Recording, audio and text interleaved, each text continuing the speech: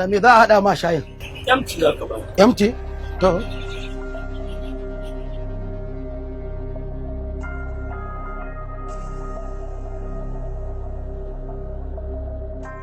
Kai jama'a. Me ake da ƙasar nan? Wace ƙasa? Nigeria mana. Najeriya? Eh. To ko a karkata ta ka sauka? To in je ina? Ka je inda ka fi so. Kai ma dai Usaini ka san me yake faruwa ƙasar nan? Kawai dai neman magana kake yi. Me yake faruwa? Ha, gashi nan kuwa rashin cika alƙawari da ake a ƙasar nan tamu. Ga ƙarya, ga cin amana, ga babu tsaro, sannan ga wofantar da arewa ba abin da aka yi mata. Allah sarki dan adam, ga mantuwa ga rashin uzuri. Shin shugaban ƙasa shi ke da alhakin ƙaddamar da waɗanda suka cancanta suka dace su kare rayukan al'umma da dukiyarsu, ya kuma yi hoɓɓasa ya kafa kwamitin da suke da alhakin yin wannan abu tukuru na kare dukiyar al'umma da rayukansu. Shin a tunaninka shugaban ƙasa shi zai rataye jigida ya kare ka ya kare gidanka da kake ta balokoko kake daga murya? Shin duk wannan bala'in da yake faruwa ba arewa bane ba?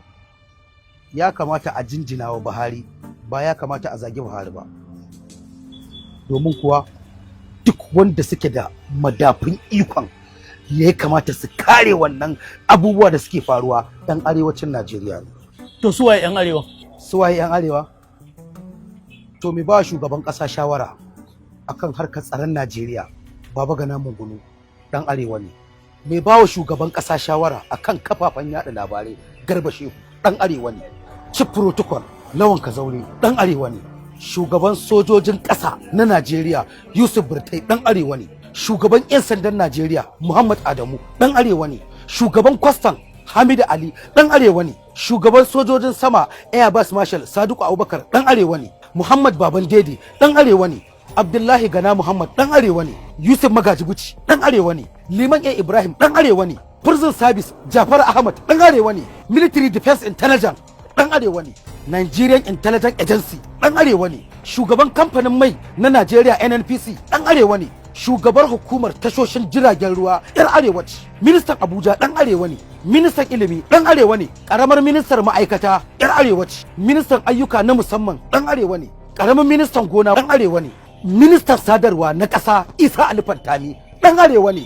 Ministan ruwa ɗan arewa ne. Ministan kuɗi yar arewa ce. Ministan muhalli ɗan arewa ne. Ministan gona na Najeriya Sabo na Nono ɗan arewa ne. Ministan tsaro ɗan arewa ne.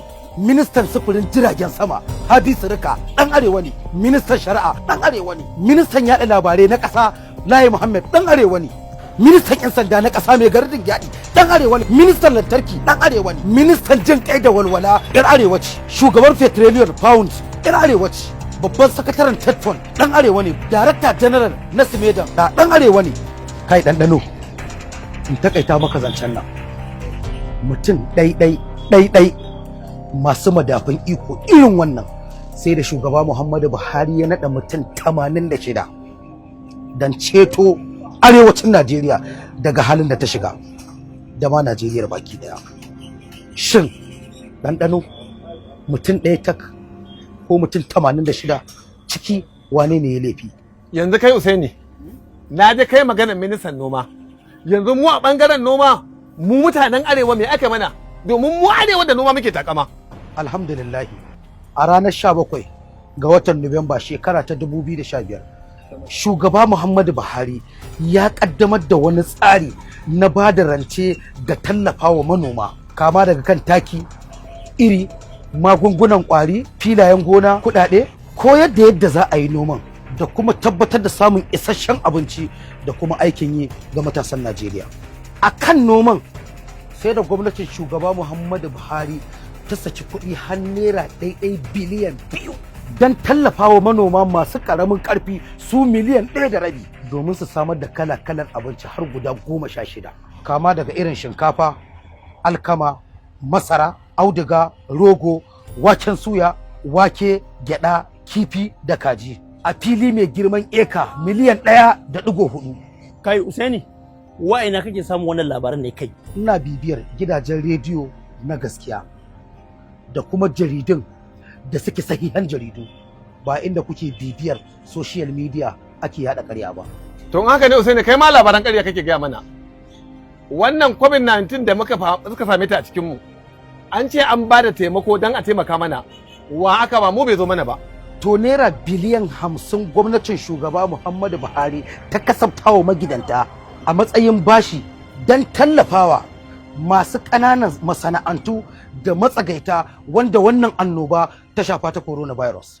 To bari ku ji, idan na ce zan lissafo muku irin ayyukan da shugaba Muhammadu Buhari ya yi wa Najeriya a kwana 100 ma ba zan iya kammala muku bayani ba, amma tunda kuna son zancen karfi 1 na dare daidai na tashi daga kasuwanci na, ku zo mu dora daga inda na tsaya muku don jin cikakken bayani da kuma gaskiya ta shugaba Muhammadu Buhari wacce dora Najeriya da 'yan Najeriya a kai suke kokarin yi mana zamba cikin aminci da cin amana.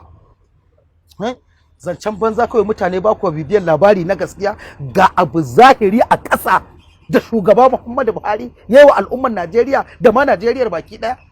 Amma sai a tsaya ana kumbiya ana ɓoye sai an yi magana a ce a teburin mai shayi aka ji, ba a teburin mai shayi irin namu ba. Kana ta kokari baba, waɗansu na ta ɓatawa, fara yunkuri duk da ba za su bar adawa ba, bar su yan a ɓata ruwa ne ba za su gode ba.